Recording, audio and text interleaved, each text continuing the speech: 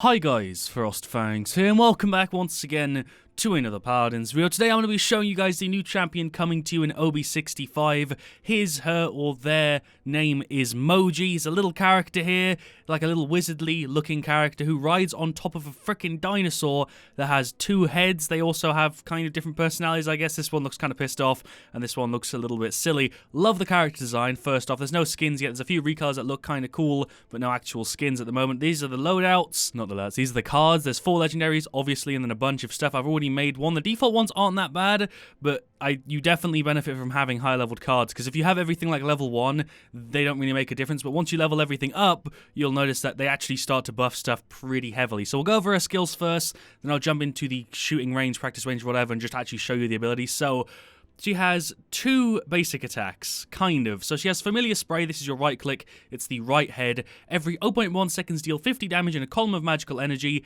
Every hit applies 1 magical mark to the victim, stacking up to 10. Now that gives bonus damage to your left click, which is Familiar Spit, which every 0.6 seconds your Familiar fires out a magical projectile that deals 250 damage, deal more damage for every stack of magical mark on the target. And I think this goes up to like nearly 800 from when I quickly looked at it. And you can use them both at the same time. If you hold left and right click, they will both fire at the same time, and it's really, really cool. It's really, really well animated, and it looks gorgeous, and I really can't wait to show you it in the game. We've got Scamper, quickly scamper forward. It's just like a little dash. It's got a 5-second cooldown though, which is really low. She's a flanker, he's a flanker. I'm not really sure how to refer to it. I guess I should say them, because I want to refer to them both, but they're a flanker.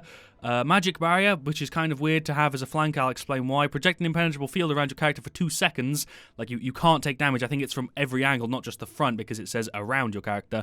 Enemies that damage you whilst your barrier is active receive 10 stacks of your right click. So that adds bonus damage to your left click. So it's like an offensive defensive move, because if you pop this on and somebody's hitting you, they're going to get 10 stacks and you can deal a bunch of bonus damage with your left click. This has got 7-second cooldown, but we can get it down to like 4 with the right loadout. You'll see why in a second. The whole kit is really, really unique, but I think the ultimate is the best part. It's called Bon Appetit. Cast an arcane spell that transforms a single victim, such as one person, into a delicious treat. Coming into contact with them with your transformed victim executes them and prevents ability-based revival. So you cast a spell on somebody, they turn into a little cookie, and if you run over them, your dinosaur thing picks them up. I think you can't attack whilst it's doing the animation of picking them up, because it like grabs the cookie, splits it in half, and they both eat half of it.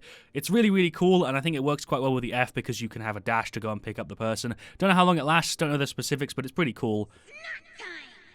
That's what it sounds like, snack time. Because reading it's all great, but it's completely different when you actually see it in game. It all flows really, really well together, and I'm excited to actually play. I feel like you're going to play them not as much of a flanker, but more as just like a middle forward push, like somebody who can deal damage in the actual objective area, but also go and destroy tanks. I don't think I've been this excited for a character in a long while.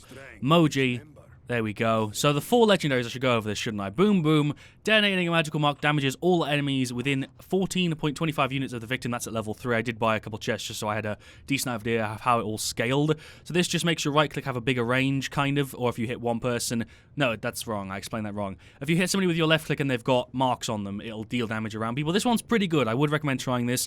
Snack attack. Players you kill drop a pickup that heals you for 760 when picked up. That's really strong. Toot toot. Leave a cloud that grants allies 30% movement speed and 510 health over 3 seconds. Lasts 6 seconds.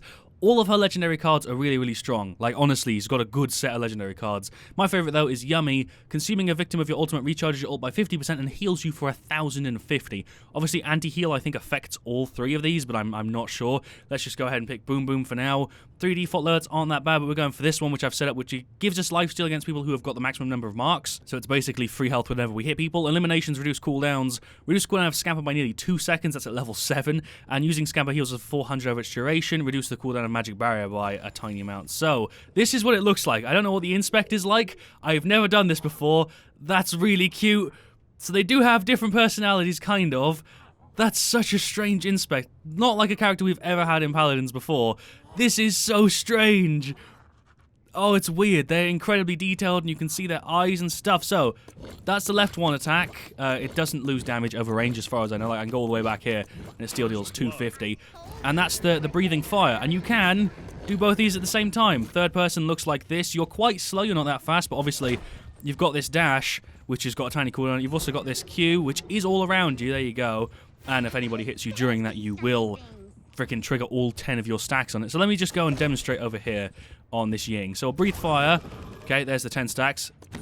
That's ridiculous. So there's a lot of different ways I think you could play Moji, but I think the best way to do it is if you just got into a fight and held both of your mouse thingies down, you are doing an obscene amount of damage really, really quickly. Like, even on tanks here, you see, I'm just holding them both down. This may not be the best way to play, but it kills pretty damn quickly, and if you stack them all on one person, there you can see. Jesus Christ. Let me show you the ultimate. It works on any character no matter how much health they have. I don't think that makes much of a difference. You've got your little F, which doesn't deal damage. It's literally just a dash, but you've got this thing, which I guess if we stack it on both people, will it deal... Oh, no. Okay, so we do have to actually hit the person. It doesn't detonate the other one with this legendary card. Okay.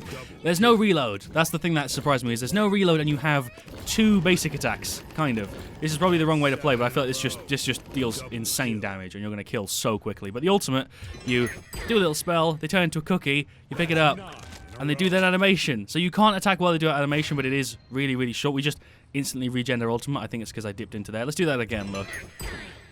How freaking cool is that? It's so well animated. This is the most impressive character I think we've had in Paladins in a little while. It definitely stands out. The only thing is I'm not really sure how to refer to the combination of Moji and Friends. I guess I should just say Moji and Friends, but that's too long. So let's see how long it lasts. If I throw that, how long do they stay there for? And can I actually deal damage to it? No, I can't. Okay, so it's a decent amount of time that they're actually in the cookie form, I should say. And we do generate our ultimate really, really quickly. Look at this! The range as well is just insane. The range on the left click is pretty much infinite, I think.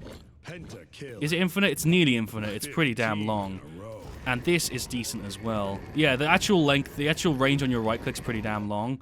Like, it's here. So, there we go. I'm still just amazed by this inspect. It's so strange. You're not really inspecting your weapon because you're riding your weapon. It's not like the other ones where you're just like looking at a gun or something. You're literally just like you're being friendly with your 2 little creatures, and I do like the fact that they've kind of gave them a little bit of different personalities. The one with the one, like Mohawk, is the silly one with the tongue out, who also kind of goes a little bit crazy, and the other guy's the serious one with the 2 bits of hair that breathes motherfucking dragon fire. So it deals 775 at max, and if we half fill it, it'll deal how much? Like 379. So it does actually make sense to fully generate it. So maybe you want to play like that instead. That might make more sense. I'm not really sure yet. I guess I'll have to learn that from playing. The cooldowns, though, are absolutely tiny. Like, they really are. Especially if you're getting Chronos. Like, if you max out Chronos, you're going to have absolutely minuscule cooldowns. The F is going to be like, how long? 3 seconds, and you have a dash. It's insane. Just dash again. I want to show the Q off. I mean, I can't really demonstrate it because all it does is just, like, immune us from damage. But, like, there you go. So she instantly gets that mark on her, which is kind of nice. And you were just going to shred through people.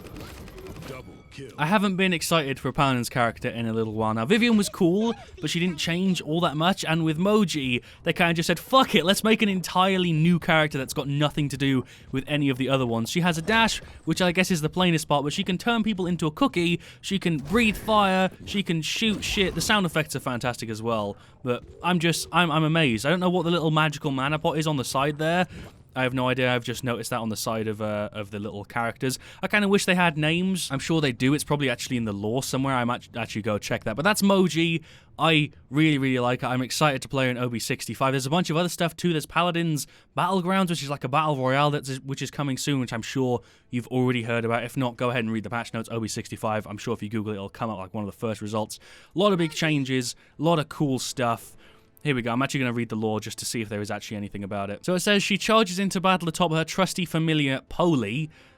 Is one of them Poe? Is the other one Lee? Is that what that is? So the character, it's obviously one person. It's one entity, Poli. I guess one of them is Poe and one of them is Lee, who carries her through the fray as she unleashes a maelstrom of sorcerous destruction on her enemies.